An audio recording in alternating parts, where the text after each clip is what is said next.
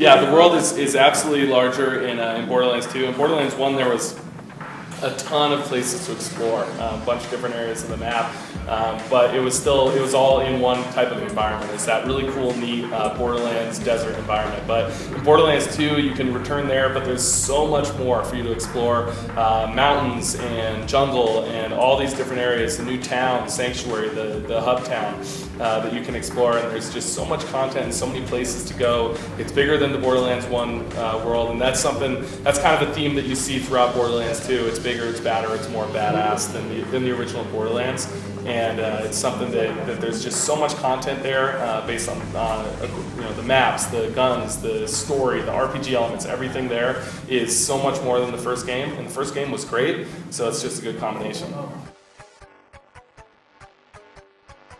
So Claptrap will return, and he's still the same old Claptrap. He's dancing and sending you on missions, and he's going to be a lot of fun to interact with Claptrap in Borderlands 2.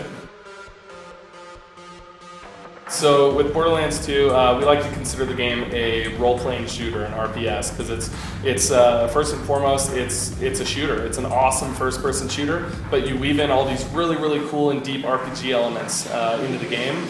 And that just adds so much more content to what you're going to get between the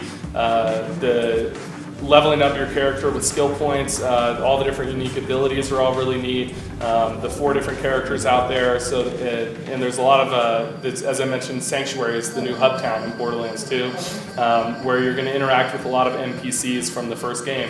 So that's one of the cool things in addition to RPG elements, is you've got this really neat story this time around, where you're interacting with the players from the first Borderlands, Mordecai and Roland and all those guys. So you're experiencing more of the story as it happens in Borderlands 2. And there's just all these cool elements, the shooter elements, the RPG elements, the story, the guns. There's just a ton of stuff.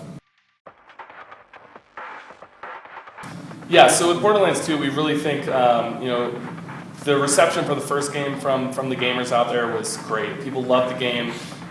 Someone would buy the game and go tell their friends and get them to pick it up so they could play co-op. We really think that this game has the ability to really appeal to a huge mass market audience. It's a really fun game. It's got a completely unique art style. There's so much about it that there isn't anything else out there that's like it, but it's just so fun to play and has so much cool stuff that we definitely think that everyone out there who's a gamer who likes shooters is going to love this game.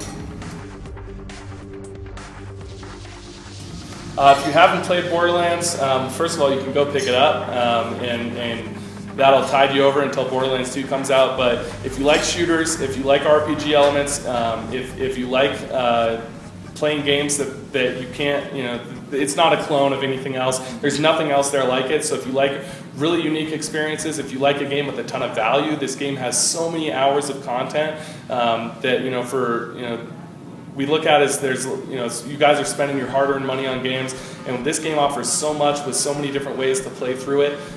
It's a game that just has a ton of value. It's a ton of fun. So if you've never played Borderlands, check out Borderlands 2, and you won't be disappointed.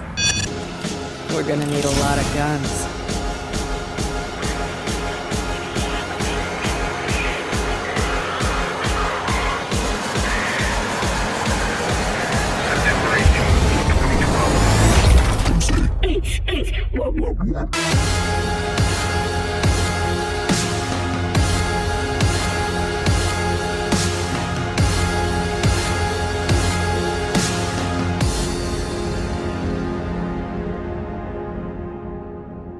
Pandora's changed. Are you ready?